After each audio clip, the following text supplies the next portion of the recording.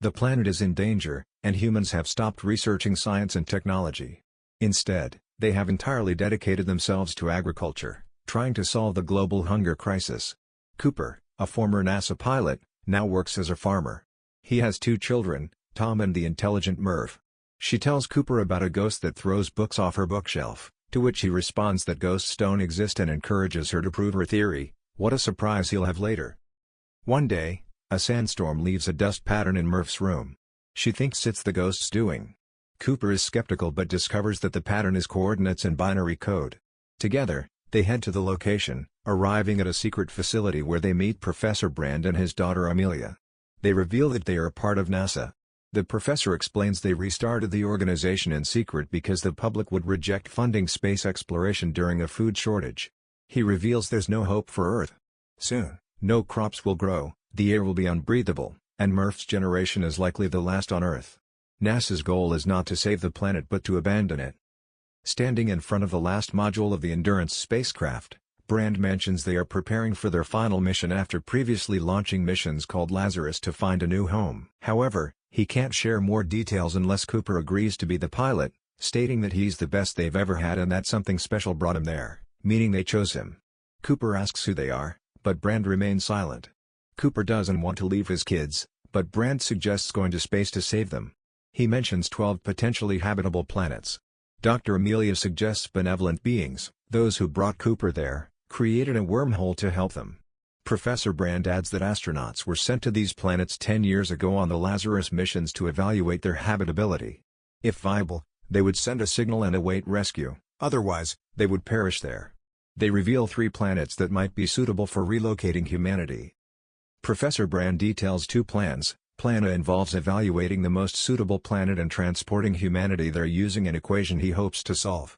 Plan B entails sending thousands of fertilized eggs to start a colony on a new planet, abandoning everyone on Earth. Cooper hesitates, doubting Brand's unsolved equation, but agrees to pilot the mission for humanity's and his children's sake. Murph is furious when he returns home, locking herself in her room. Cooper tries to calm her, saying that as a parent, one becomes a ghost in their children's future. Murph insists that the ghost's message, "Stay," was meant for him. Cooper hugs her as if for the last time and gives her a watch, explaining that time in space moves slower, and they might be the same age when he returns.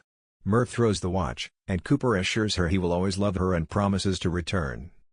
The spacecraft launches, and Cooper, Dr. Amelia, and the crew head to the Endurance station. This station is circular and divided into 12 compartments, resembling the hours on a clock face. This design introduces the theme of time, which will be central to the film's plot and reflections. They dock successfully. Professor Brand speaks to them, confirming their route looks good, calculating they will reach Saturn in 2 years. Before parting, he recites verses from Dylan Thomas's poem, "Do not go gentle into that good night." Cooper talks to Tom, but Murph is still upset and refuses to speak to him. They reach Saturn and enter the wormhole. As they pass through, Amelia perceives the arm of a human-like figure distorting space and time, reaching out just as they exit the wormhole and arrive in another galaxy. Their first stop is Miller's planet, named after the astronaut sent there earlier. However, they face a problem. The planet is so close to a black hole called Gargantua that 1 hour there equals 7 years on Earth. This means they must act efficiently. Cooper, Amelia, Doyle, and the robot Case descend to the planet while Romilly stays on the Endurance to study gravity, which might help Professor Brand solve his equation. On Miller's planet, they encounter an ocean with massive waves. They discover one of these waves destroyed Miller's spacecraft. Suddenly, another giant wave approaches. Cooper orders Amelia to return to the ship, but she tries to recover the data from the wreckage. The robot Case manages to save Amelia just before the wave hits, but Doyle dies. Cooper struggles to start the ship due to flooded engines and reproaches Amelia for the lost time, which has cost them decades. Desperate, as they wait for the engines to dry, Cooper asks if they could enter a black hole to recover lost time. Amelia clarifies that time is relative, it can stretch and compress but not reverse, and only gravity can move across temporal dimensions. Cooper then suggests that perhaps the benevolent beings guiding them are communicating from the future using gravity. You might wonder what these dimensions are and what Amelia means by time not being reversible. Let me explain. In our everyday lives, we experience 4 dimensions, 3 of space and 1 of time. The spatial dimensions allow us to move side to side, up and down, and forward and backward. The 4th dimension, time, we experience as moments passing one after another. However, unlike space, where we can move freely in any direction, in time, we are limited to a single direction. We can only move from the past toward the future, never backward. Astronomer Arthur Eddington called this unidirectional characteristic of time the arrow of time. This helps us better understand the benevolent beings and the concept of a fifth dimension in the film. Imagine there's a dimension beyond the fourth dimension of time. If we could enter this fifth dimension, theoretically, we could move through time as easily as we walk forward or backward in space. We wouldn't be confined to moving only from the past to the future. The benevolent beings exist in a reality of 5 dimensions, allowing them to move freely through time and communicate from the future. At that moment, another giant wave approaches, but they manage to start the engines in time and escape. Upon returning to the Endurance, they discover that Romilly has aged 23 years while unsuccessfully studying the black hole. Cooper finds 23 years' worth of messages from his family. His son Tom is now a husband and father but has lost one of his children. In the final message, Tom says goodbye, resigned to the belief that Cooper will not return. Then, a video from Murph appears. She decided to record it because Cooper once told her they might be the same age when he returned. Now, she is the age Cooper was when he left. Murph pleads with him to come back, and Cooper is devastated. Murph has spent the years trying to help Professor Brand solve his equation but without success. Now elderly, Brand remarks that they've done something good for the world, regardless of whether they solve the equation before his death. Murph urges him not to be so grim, but Brand clarifies that he doesn't fear death, he fears time. Einstein's theory of relativity taught us that time doesn't pass the same for everyone, it depends on the gravity surrounding us. If we're near a place with intense gravity, like a black hole, time moves more slowly. That's why, when Cooper and his team were near the black hole, the strong gravity made time pass differently for them than for those on Earth. While they experienced only a few hours, 23 years passed on Earth. To me, the heart of the film is the relativity of time, beautifully encapsulated in the heart-wrenching scene of Cooper watching his children grow up in an instant, realizing he missed pivotal moments of their lives.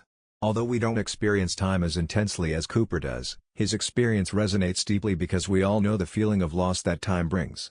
Cooper's journey reminds us of a harsh and painful truth about our own experience of time: we are prisoners of its unceasing flow. Professor Brand put it well, he didn't fear death but time. Death is not felt because, when it arrives, we are no longer here. But the passage of time and the losses it brings are experiences lived and deeply felt by everyone. We see places change, children grow up in an instant, and ourselves and our parents age and approach the end of life.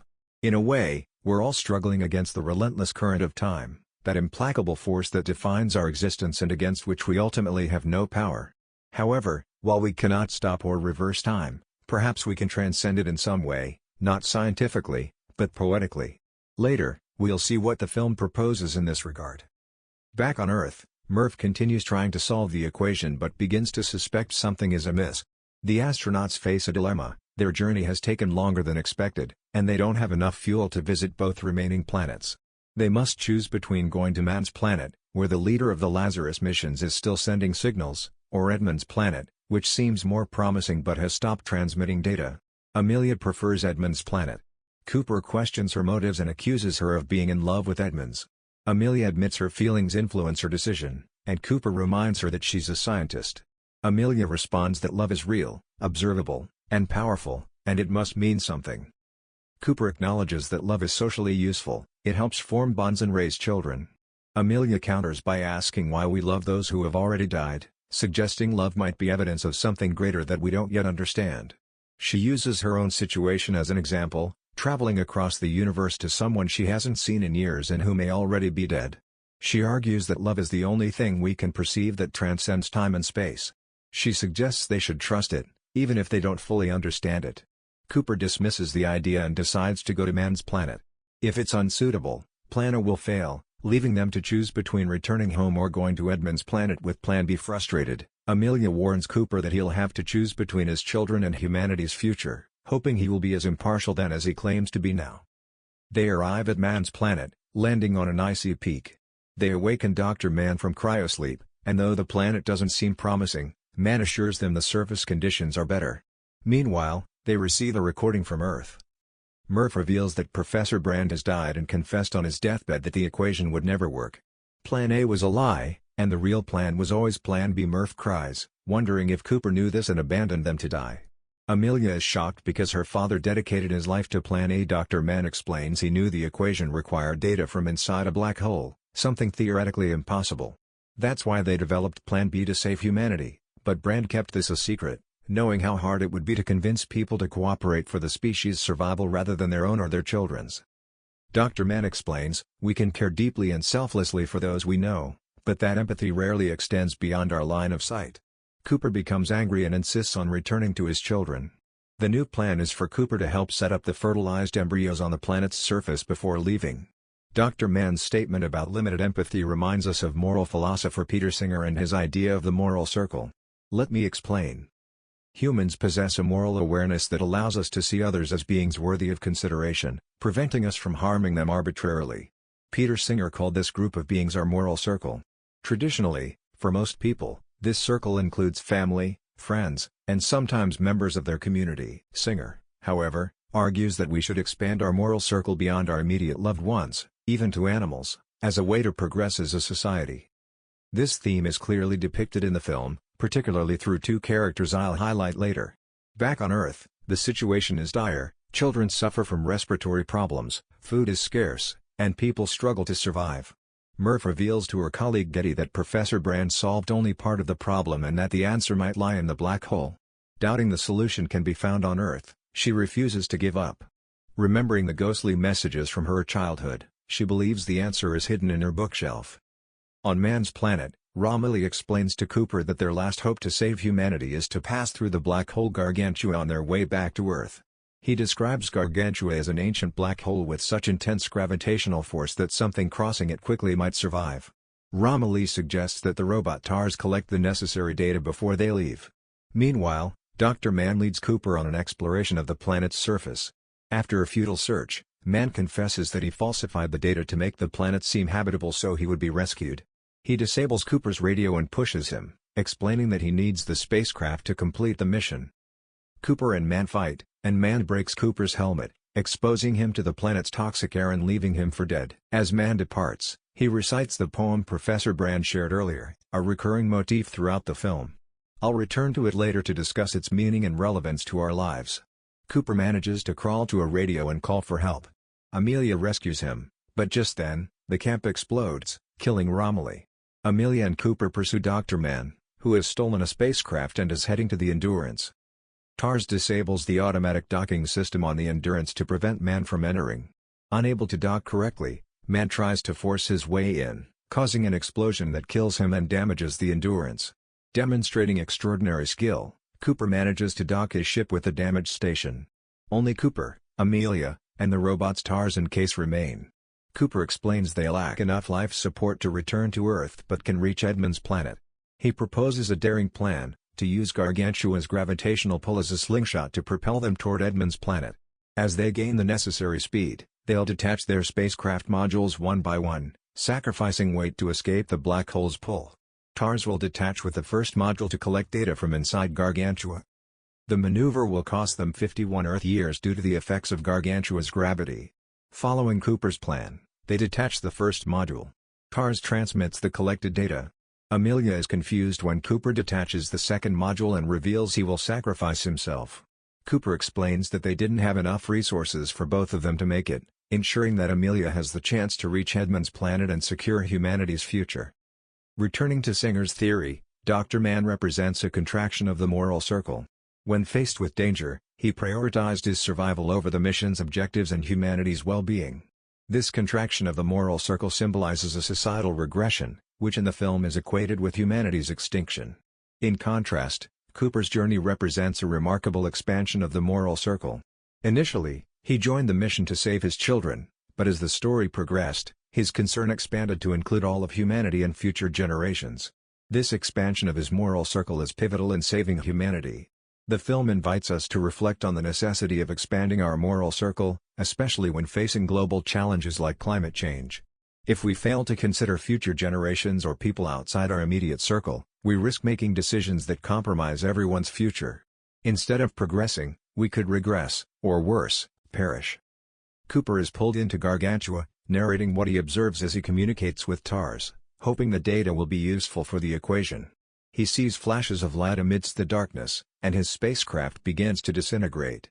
It seems like the end for Cooper. He ejects and finds himself floating in space, only to be unexpectedly drawn into a strange, infinite space called the Tesseract.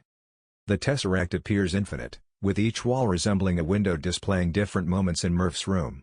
From there, Cooper witnesses his own farewell to Murph on the day he left.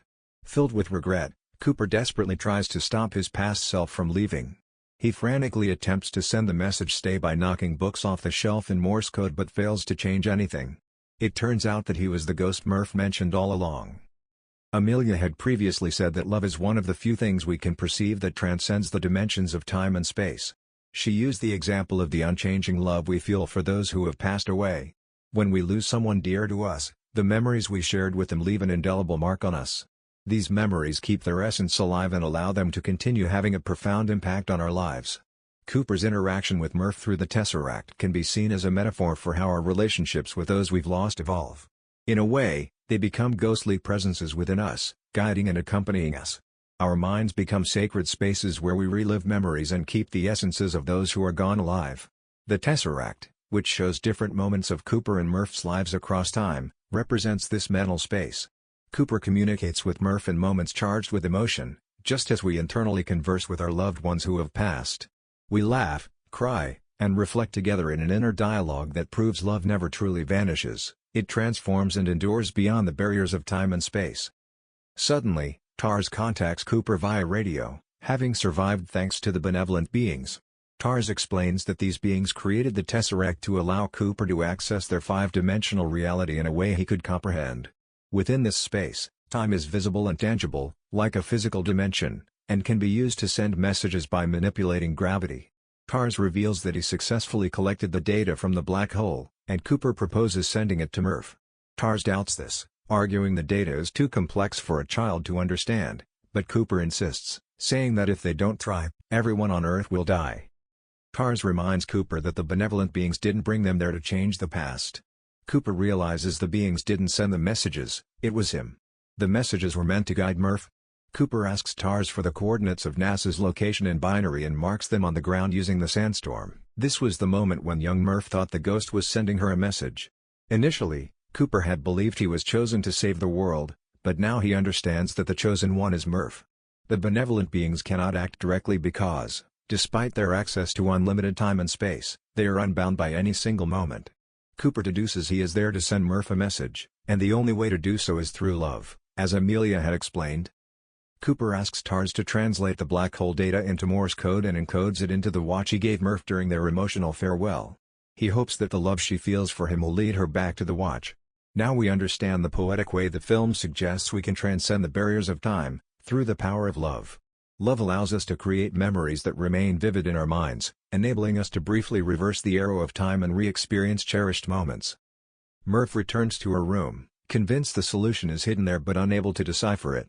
Suddenly, she remembers the watch her father gave her, which she had dismissed years earlier. Observing the second hand's movement, she realizes this is the key to solving the equation.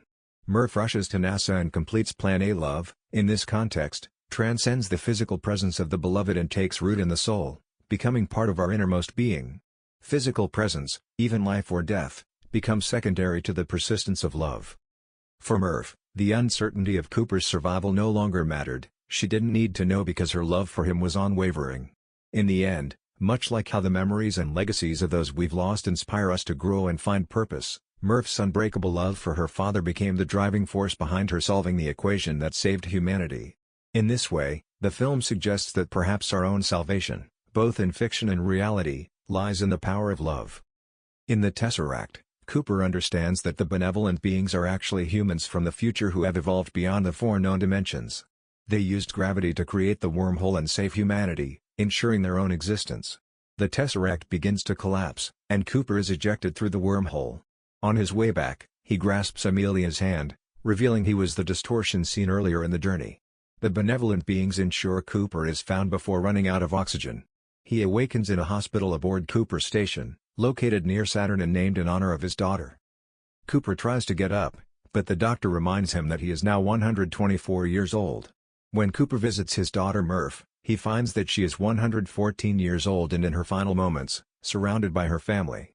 Overwhelmed with emotion, Murph is delighted to see her father and tells him she always knew he would return because he had promised her. Murph says to Cooper that no parent should have to watch their child die and urges him to leave and find Amelia. Meanwhile, Amelia has arrived on Edmund's planet.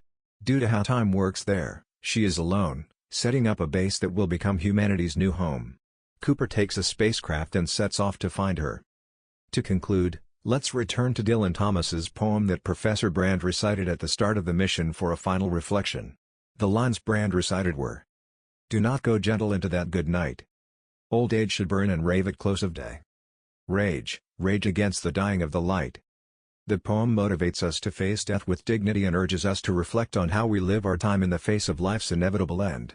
It's deeply relevant to Cooper's perilous mission and the critical situations he faced, but also resonates with our own lives.